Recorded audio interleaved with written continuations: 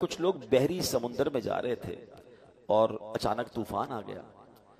بحری جہاز بڑے بڑے ہچکولے کھانے لگا، تیز ہوائیں چلنے لگی. مسافر بڑے گھبرا گئے، کلمہ پڑھنے لگے، دعائیں کرنے لگے. سب کو ایسا لگتا تھا کہ اب سمندر میں ہمارا جہاز غرق ہو جائے گا، اور آس پاس طوفان اتنا تھا کہ ان کے قریب کچھ کشتیاں جو تھیں وہ ٹوٹ بھی گئیں. یعنی ہر طرف خوف کا عالم طاری ہو گیا. تو انہوں نے دیکھا کہ ایک بزرگ ہیں جو جہاز میں آرام کر رہے ہیں اور بڑے سکون سے پرسکون لیٹے ہوئے ہیں. گئے ان کے پاس، کہا حضرت ہماری حالت خراب، ہم سب کلمے پڑھ رہے ہیں، چیخو پکار مچی، آپ آرام سے سو رہے ہیں. تو انہوں نے جلدی سے جیسے ہی آنکھ کھولی تو کیا پڑھا؟ بسم اللہ الذی لا یضر مع اسمہ شیء فی الارض ولا فی السماء. یہ دعا بڑی پیاری ہے. ویسے ہی کھانا کھانے سے پہلے ہم پڑھتے ہیں جن کو یاد ہے. ویسے ہی آپ عام دنوں میں بھی پڑھ سکتے ہیں، سفر میں بھی پڑھ لیں. اس کے معنی پہلے ذہن میں رکھیں. اللہ پاک کے نام سے، جس کے نام کی برکت سے زمین و آسمان میں کوئی چیز نقصان نہیں پہنچاتی. تو انہوں نے کہا کہ دعا تو آپ نے پڑھ لی، مگر آپ اتنے پرسکون کیسے ہیں؟ تو کہا ٹھیک ہے، یہ کاغذ لے جاؤ اور جا کے جہاز کے اوپر رکھ دو، جہاز کو کچھ نہیں ہوگا. انہوں نے کہا ہم نے کاغذ لیا، بزرگ سے لگ رہے تھے، کوئی اللہ والے لگ رہے تھے. ہم نے جہاز پہ جا کے رکھا، جہاز کے جو اوپر ڈیک تھا. تو جہاز تھوڑی دیر بعد ایسا لگا کہ کسی نے اس کو بالکل آسانی سے کنارے سے لگا دیا.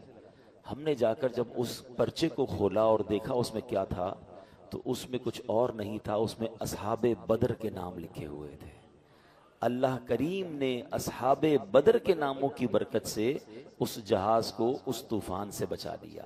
جان ساران بدر و احد پر درود، حق گزاران بیعت پہ لاکھوں سلام. اسلامی تاریخ کا عظیم واقعہ ہوا ہے 17 رمضان.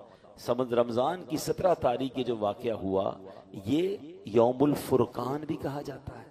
فرقان کہتے ہیں فرق کر دینا. اس دن ڈیسائیڈ ہو گیا تھا کفر اور اسلام کے درمیان. یہ ایسا ڈیسائیڈنگ مومنٹ تھا کہ جس سے اسلام کو وہ عروج ملا. کیونکہ پلاننگ کیا تھی کفار کی، آپ سمجھیے. یہ مارکا ہے نا، اس کی بہت اہمیت، سگنیفیکنسی کیوں اتنی زیادہ ہے کہ اس وقت پوری دنیا میں صرف 313 مسلمان تھے.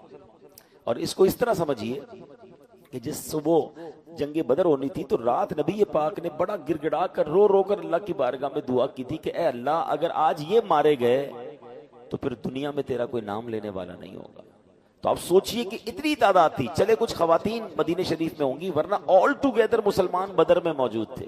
اور کفار کا پلان یہ تھا کہ ایک بار ہی جا کر ایسا حملہ کرنا ہے. اتنی پریپریشن کے ساتھ گئے تھے کہ ان کو نیست و نابود کر دیں گے، اسلام ہی ختم ہو جائے گا. سارے صحابہ نبی پاک خود جنگ بدر میں موجود تھے.